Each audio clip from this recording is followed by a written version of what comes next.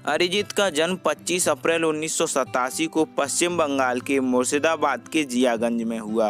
अरिजीत के पापा पंजाबी थे और उनकी मां बंगाली। अरिजीत के पापा जीवन बीमा निगम में काम करते थे और अरिजीत की मां वैसे तो हाउसवाइफ थीं, लेकिन वो सिंगिंग भी बहुत अच्छी किया करती थीं और तबला भी बजा लेती थीं। अरिजीत की मां ही नहीं, उनके ननिहाल के ज़्यादातर मेंबर म्यूजिक से जुड़े हुए थे, चाहे वो उनकी मामी हो, मौसी हो या नानी। सभी क्लासिकल म्यूजिक के ट्रेंड सिंगर थे। शायद यही वजह रही कि अरिजीत को भी बचपन से ही सिंगिंग का बहुत शौक था। अरिजीत ने अपनी स्कूली पढ़ाई राजा विजय सिंह हाई स्कूल से की और स्कूलिंग के बाद ग्रेजुएशन उन्होंने श्रीपत सिंह कॉलेज जियागंज से की। अरिजीत पढ़ाई में एक अच्छे स्टूडेंट थे, पर पढ़ाई से भी ज्यादा वो बचपन से ही सिंगिंग के दीवाने थे। अरिजीत की यही दीवानगी देखते हुए उनके पेरेंट्स को ये समझ आया कि अरिजीत सिंगिंग में आगे जा सकते हैं। इसीलिए उनके पेरेंट्स ने फुल सपोर्ट देते हुए अरिजीत को प्रोफेशनल ट्रेनिंग दिलाने का फैसला किया। अरिजीत ने अपनी सिंगिंग की ट्रेनिंग हजारी ब्रदर्स से लेना शुरू कर दिया। उस्ताद राजेंद्र प्रसाद हजारी से उन्होंने इंडियन क्लासिकल म्यूजिक सीखा। उस्ताद धीरेंद्र प्रसाद हजारी से उन्होंने तबला बजाना सीखा और उस्ताद वीरेंद्र प्रसाद हजारी ने अरिजीत को पॉप म्यूजिक सिखाया। अरिजीत को बहुत अच्छी ट्रेनिंग मिली थी, इसीलिए उन्हें सिंगिंग तो बहुत अच्छी आती ही थी और उनकी आवाज़ तो दिल को छू जाने वाली है ही। अब अरिजीत को इंतजार था एक मौके का, एक ऐसा मौका जो उन्हें आगे लेकर जाए। साल 2005 में अरिजीत एक रियलिटी शो में पार्टिसिपेट करने अपना शहर जियागंज छोड़कर मुंबई आ गए। ये रियलिटी शो था सोनी टीवी पर आया सिंगिंग शो फेम गुरुकुल। इस शो में एक जज शंकर महादेवन भी थे और इसीलिए अरिजीत इस शो का हिस्सा होना चाहते थे। कई राउंड ऑडिशन के बाद अरिजीत का शो में सिलेक्शन हो गया। अब अरिजीत ने अपनी परफॉर्मेंस दिखाना शुरू की। उनकी सोलफुल वॉइस जजेस को बहुत अच्छी लग रही थी और सबको लग रहा था कि वो टॉप रनर अप तो रहेंगे ही, लेकिन वोटिंग में कमी की वजह से अरिजीत का सफर उस शो में 6th पोजीशन पर ही रुक गया। वो टॉप 5 का भी हिस्सा ना हो सके। यहाँ से बाहर होने पर अरिजीत को काफी निराशा हुई और उन्हें ये भी लग रहा था कि मैंने इतने साल मेहनत की पर उसका क्या फायदा जब लोग मेरी आवाज़ पसंद नहीं कर रहे। फेम गुरुकुल से अरिजीत बाहर तो हो गए, पर शंकर महादेवन को उनकी सिंगिंग बहुत पसंद आई। शंकर महादेवन ने कहा था कि ऐसा नहीं है यहाँ से बाहर होने पर हार मान लो, आगे बहुत कुछ है। और साथ ही उन्होंने ये भी कहा था कि वो अरिजीत को जरूर काम देंगे। और इस शो के कुछ ही टाइम बाद शंकर महादेवन ने अपना वादा पूरा करते हुए हाई स्कूल म्यूजिकल 2 एल्बम के गाने ऑल फॉर वन आजा नचले में अरिजीत को गाने का मौका दिया। हालांकि ये एल्बम कोई खास कामयाबी हासिल नहीं कर सकी, लेकिन अरिजीत अब काफी पॉजिटिव सोचने लगे थे। फेम गुरुकुल शो के दौरान ही डायरेक्टर संजय लीला बंसाली की नज़र अरिजीत पर पड़ी। संजय को उनकी आवाज़ बहुत पसंद आई, इसीलिए उन्होंने अरिजीत से उनकी फिल्म सामरिया में यूं सपना नाम का सॉन्ग भी रिकॉर्ड करवाया, लेकिन बाद में स्क्रिप्ट में बदलाव होने की वजह से ये गाना फिल्म से बाहर कर दिया गया। ऐसे ही उन्हें टिप्स कंपनी के हेड कुमार तौरानी ने एक सॉन्ग गाने का ऑफर दिया। ये एक एल्बम सॉन्ग था, पर अफसोस एक बार फिर अरिजीत का गाना रिलीज नहीं हो सका। किसी पर्सनल कारण से ये एल्बम लॉन्च ही नहीं की गई। ये अरिजीत के लिए बहुत कठिन समय था, उनकी किस्मत साथ नहीं दे रही थी। दोस्तों, बहुत से लोग ये सोचते हैं कि किस्मत सच में खराब होती है, लेकिन सच में किस्मत नहीं, वक्त खराब होता है। और वक्त की ये खास बात होती है कि चाहे ये अच्छा हो या बुरा, लेकिन एक ना एक दिन बदलता जरूर है।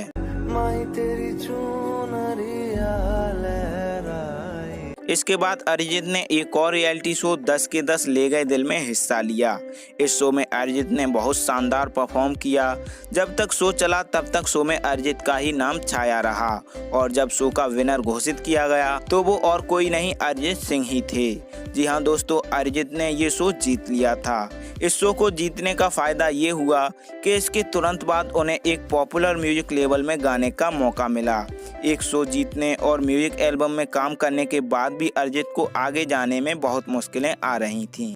क्योंकि अरिजीत तो अभी इंडस्ट्री में आए ही थे, लेकिन उस टाइम कई बड़े बड़े सिंगर्स को काम नहीं मिल रहा था और अरिजीत भी इस बात को बहुत अच्छे से समझ रहे थे कि अभी उन्हें काम नहीं मिलेगा, लेकिन वो बिना काम या इनकम के मुंबई जैसे शहर में सरवाइव भी तो नहीं कर सकते थे। इसीलिए अरिजीत ने तय किया कि अब वो सॉन्ग प्रोड्यूस करेंगे, इसीलिए वो बन गए म्यूजिक प्रोड्यूसर। अब वो कई म्यूजिक डायरेक्टर्स के साथ काम करने लगे, जिनमें प्रीतम चक्रवर्ती, शंकर एहसान लॉय, विशाल शेखर जैसे कई बड़े बड़े डायरेक्टर्स शामिल थे। इन लोगों के साथ वो म्यूजिक प्रोग्रामर का काम कर रहे थे, जहां से इतनी इनकम तो हो जाती थी कि वो मुंबई जैसे शहर में सरवाइव कर सकें। इन लोगों के साथ काम करते हुए न सिर्फ अरिजीत काम कर रहे थे, यहाँ वो म्यूजिक की वो बारीकियां सीख रहे थे जो अभी तक उन्होंने नहीं सीख पाई थीं। साल 2010 में म्यूजिक डायरेक्टर प्रीतम को 16 फिल्मों का म्यूजिक करना था। अरिजीत म्यूजिक प्रोग्रामर थे, वो प्रीतम के गानों की रफ कट सिंगिंग करते थे। अरिजीत की आवाज़ काफ़ी सुरीली थी, तो अब प्रीतम को लगा कि अरिजीत इतने अच्छे सिंगर हैं, क्यों ना कुछ सॉन्ग अरिजीत से ही रिकॉर्ड कराए जाएं। ये गाने रिलीज होने के बाद पता चला कि प्रीतम का अरिजीत से गाना रिकॉर्ड करवाने का फैसला सही था। अरिजीत के उन गानों पर काफ़ी अच्छा रिस्पांस आया, इसीलिए इसके बाद उन्हें और भी डायरेक्टर्स और प्रोड्यूसर्स से ऑफर आने लगे। अरिजीत सिंह का बॉलीवुड बैकग्राउंड म्यूजिक का करियर साल 2011 में मर्डर 2 मूवी के फिर मोहब्बत सॉन्ग से शुरू हुआ।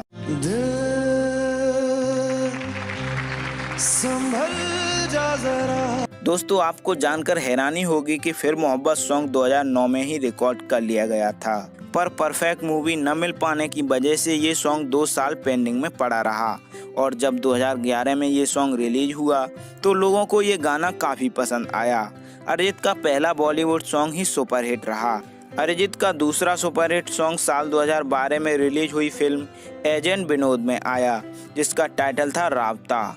इसके बाद साल 2013 में उन्होंने आशिकी 2 मूवी में तुम ही हो गाने में अपनी आवाज़ दी और इसी गाने ने अरिजीत की ज़िंदगी बदल कर रख दी। क्योंकि तुम ही हो, अब तुम ही हो। इस सॉन्ग ने अरिजीत की फैन फॉलोइंग और डिमांड इतनी बढ़ा दी कि उनके पास सॉन्ग्स के ढेरों ऑफर आने लगे। ये सॉन्ग न सिर्फ 2013 में सबसे ज़्यादा सुना जाने वाला सॉन्ग था, बल्कि लाखों लोगों के लिए एवरग्रीन बन गया। तुम ही हो सॉन्ग के लिए अरिजीत को फिल्म फेयर अवार्ड में बेस्ट मेल सिंगर का अवार्ड तो मिला ही, साथ ही और भी बहुत से अवार्ड मिले। इसके बाद अरिजीत के अवार्ड्स और सुपरहिट सॉन्ग्स का सिलसिला शुरू हो गया और अरिजीत सिंह की आवाज़ से प्रभावित होकर बहुत से लोग उनकी जैसी सिंगिंग में रुचि दिखाने लगे। अरिजीत सिंह के सुपरहिट सॉन्ग्स की लिस्ट बहुत लंबी है, पर बात करें उन गानों की जिनकी वजह से उन्हें सक्सेस मिलती गई तो वो हैं फिर मोहब्बत, एजेंट विनोद फिल्म का राब्ता, आशिकी 2 का तुम ही हो, ये जवानी है दीवानी मूवी के दिल्ली वाली गर्लफ्रेंड, कबीरा, इलाही और बलम पिचकारी, फटा पोस्टर निकला हीरो का मैं रंग शरबतों का, आर राजकुमार का धोखाधड़ी, जैकपॉट मूवी का कभी जो बादल बरसे। ये सब उनके शुरुआती सुपरहिट सॉन्ग थे, जिनमें उनका अपना खुद का फेवरेट सॉन्ग कभी जो बादल बरसे रहा। कभी जो बादल बरसे मैं देखूं तुझे। आशिकी 2 के बाद अरिजीत पर इतना काम आ गया था कि उन्होंने एक दिन में 16 गाने रिकॉर्ड किए थे। उनके पास टाइम की इतनी कमी थी कि वो ठीक से सो भी नहीं पाते थे। दोस्तों, इसे ही बोलते हैं असली सक्सेस। अरिजीत 2013 से अब तक लगभग 700 से भी ज्यादा सॉन्ग गा चुके हैं। ऐ वतन वतन मेरे आबाद रहे तू। दोस्तों, चलिए अब अरिजीत की पर्सनल लाइफ के बारे में बात करते हैं। आप लोगों में से बहुत से लोग ये नहीं जानते होंगे कि अरिजीत सिंह ने 2 शादियां की हैं। अरिजीत की पहली शादी उनके रियलिटी शो की को कंटेस्टेंट के साथ हुई। शो के दौरान दोनों मिले और कुछ दिन के बाद प्यार हो गया, तो उन्होंने फैसला किया कि वो दोनों शादी कर लेते हैं। उन दोनों ने साल 2013 में शादी कर ली, लेकिन शादी के कुछ दिन बाद ही उन दोनों में अंडरस्टैंडिंग नहीं रही। इसके बाद ये रिश्ता टूट गया और दोनों ने डिवोर्स ले लिया। इसके बाद साल 2014 में अरिजीत ने अपनी बचपन की दोस्त कोयल रॉय से शादी कर ली। अरिजीत की तरह कोयल भी पहले से शादीशुदा थीं और उनकी भी शादी सक्सेस नहीं रही थी। अरिजीत की दूसरी पत्नी पर अपने पहले पति से एक बच्ची है जो अरिजीत और कोयल के साथ ही रहती है। अरिजीत ने अपनी दूसरी शादी चुपचाप की थी और उस टाइम किसी को उनकी शादी की भनक भी नहीं लगी थी। एक इंटरव्यू में जब उनसे पूछा गया कि क्या आपने शादी कर ली है, तो उन्होंने इसका कोई जवाब नहीं दिया। फिर कुछ साल बाद अरिजीत ने खुद ही फोटो शेयर करते हुए ये बात सबको बता दी। फ्रेंड्स, चलिए अब बात करते हैं अरिजीत सिंह और सलमान खान के बीच हुई कंट्रोवर्सी की। साल 2014 में स्टार गिल्ड अवार्ड में सलमान खान और रितेश देशमुख होस्ट कर रहे थे। जब बारी आई बेस्ट सिंगर ऑफ 2013 के विनर की, तो सलमान खान ने अरिजीत सिंह का नाम लिया। नाम सुन के अरिजीत सिंह को स्टेज पर आने में कुछ सेकंड ज़्यादा लग गए। इसीलिए जब वो स्टेज पर पहुंचे तो सलमान खान ने मजाक करते हुए पूछा, सो गए थे क्या? तो इसका जवाब देते हुए अरिजीत सिंह ने बोला कि आप लोगों ने सुला दिया। फिर सलमान ने बोला कि गाने ऐसे गाओगे तो लोग सोएंगे ही ना। साथ ही सलमान ने उनके गाने तुम ही हो की एक लाइन भी बोली, तो इस पर सब हंसने लगे, अरिजीत सिंह सहित। फिर सलमान ने अरिजीत सिंह को गाना गाने को बोला तो अरिजीत ने गाना गा दिया। गाना सुनकर सलमान बोले, माशाअल्लाह आपकी आवाज़ डिजर्विंग है, इसीलिए आपको ये अवार्ड मिला। इस पूरी कन्वर्सेशन में कोई बात ऐसी नहीं थी जिसमें अरिजीत ने कुछ गलत बोला। सिर्फ उन्होंने ये बोला कि आप लोगों ने सुला दिया, और शायद इसी में सलमान खान को लगा कि अरिजीत का बिहेवियर उनके लिए सही नहीं है। इसीलिए सलमान खान ने अपनी फिल्मों से अरिजीत के गाने हटवा दिए। अगर ऐसा नहीं होता तो अरिजीत के बजरंगी भाईजान और प्रेम रतन धन पायो मूवी में गाना गाते नजर आते। लेकिन सलमान ने ये तय कर लिया कि अब वो अपनी फिल्मों में अरिजीत को गाना गाने का मौका नहीं देंगे। 2016 में सलमान खान की मूवी सुल्तान का एक सॉन्ग जग घूमिया अरिजीत सिंह को ही गाना था, पर सलमान ने अरिजीत सिंह को इस फिल्म में गाना गवाने से साफ इनकार कर दिया। हालांकि अरिजीत सिंह के पास काम की कमी नहीं थी, फिर भी उन्होंने फेसबुक और ट्विटर पर सलमान से रिक्वेस्ट करते हुए लिखा कि भाईजान माफ़ कर दीजिए, मैं आपका छोटा भाई हूँ, गलती हो गई थी शायद मुझसे ही, प्लीज़ आप अपनी मूवी से उस सॉन्ग को मत निकालिए। लेकिन सलमान खान ने इस पर कोई रिस्पॉन्स नहीं दिया। दोस्तों, आपको क्या लगता है, गलती सलमान खान की थी या अरिजीत की? हमें कमेंट करके ज़रूर बताएं। दोस्तों, चलिए अब जान लेते हैं अरिजीत की लाइफ और करियर से जुड़ी और भी इंटरेस्टिंग बातें। महफिल में तेरी हम ना रहे जो। अरिजीत को जब हमारी अधूरी कहानी मूवी का टाइटल ट्रैक गाने को मिला तो इस गाने को रिकॉर्ड करने से पहले अरिजीत का हौसला डगमगा गया था और शुरू में उन्होंने ये सॉन्ग रिकॉर्ड करने से मना कर दिया। फिर फिल्म के डायरेक्टर मोहित सूरी और प्रोड्यूसर महेश भट्ट ने अरिजीत का काफ़ी हौसला बढ़ाया और बहुत सपोर्ट किया। तब अरिजीत ने ये गाना रिकॉर्ड किया। रंग थे दूर था जब करीब तू था। अरिजीत सिंह ने जब सिंगिंग रियलिटी शो 10 के 10 ले गए दिल जीता तो उसमें मिली प्राइज मनी से अरिजीत ने लोखंडवाला में अपना एक रिकॉर्डिंग स्टूडियो बना लिया। यहाँ वो म्यूजिक कंपोज करते और साथ ही छोटे एडवर्टाइजमेंट के लिए भी म्यूजिक बनाने लगे। अरिजीत ने सबसे पहले तेलुगु मूवी केडी में अपनी आवाज़ दी थी। इस फिल्म का अरिजीत ने निवेना निवेना नाम का गाना गाया था। अरिजीत सिंगिंग के अलावा एक NGO let there be light से भी जुड़े हुए हैं। यहाँ वो पैसे डोनेट करके गरीबों की मदद भी किया करते हैं। अरिजीत ने न सिर्फ बॉलीवुड में गाना गाया है, उन्होंने तेलुगु, मराठी, गुजराती भाषा में भी अपने कई सॉन्ग दिए हैं। अरिजीत सिंह बताते हैं कि सिंगिंग से ज़्यादा उन्हें म्यूजिक कंपोज करने में मज़ा आता है और उन्होंने ये भी बोला कि लॉन्ग रन में वो खुद को प्लेबैक सिंगर से ज़्यादा एज ए सॉन्ग प्रोड्यूसर देखते हैं। अरिजीत ने शुरुआती दिनों में इंडियन डेली शो मधुबाला एक इश्क एक जुनून के लिए हम हैं दीवाने नाम का सॉन्ग गाया था। अरिजीत ने एक बंगाली क्विज शो दादागिरी के लिए टाइटल ट्रैक भी गाया है। ये बंगाली शो पूर्व क्रिकेटर सौरव गांगुली ने होस्ट किया था। अरिजीत आगे चलकर अपना एक म्यूजिक स्कूल खोलना चाहते हैं। अरिजीत ने एक बंगाली मूवी भालोबासा रोज नामचा में डायरेक्शन भी किया है। अरिजीत सिंह उनकी सिंगिंग के साथ साथ उनकी सिंपलिसिटी के लिए भी जाने जाते हैं। वो एक स्टार हैं, लेकिन लाइफ स्टाइल वो ज़्यादा शो नहीं करते। कभी वो सिंपल कुर्ते पजामे में नज़र आते हैं तो कभी हवाई चप्पलों में।